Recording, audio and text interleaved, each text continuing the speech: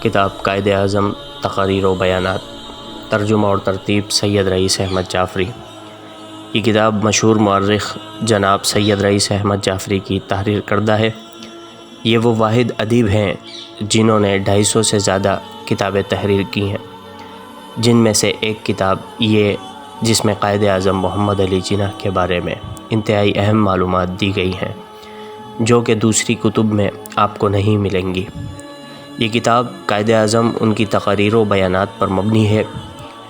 اس کتاب کی اہمیت ایک اہم قاری اور وہ لوگ جو قائد اعظم پر تحقیق کر رہے ہیں ان کے لیے بہت مفید ہے۔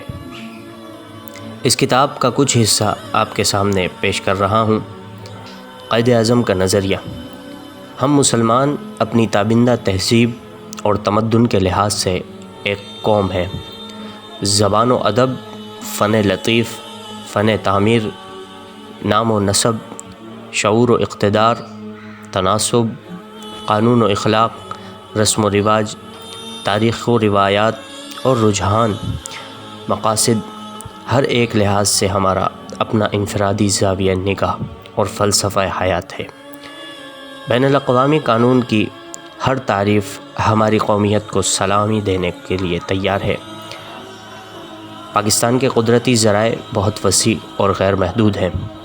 الغرض یہ ہے کہ جب پاکستان کی تحریک عالم وجود میں آئی تو امکانی وسائل جو اس کے قیام کے بعد اس کی فلاح و صلاح اور فروغ و ترقی میں ممدود و معاون ہو سکتے تھے۔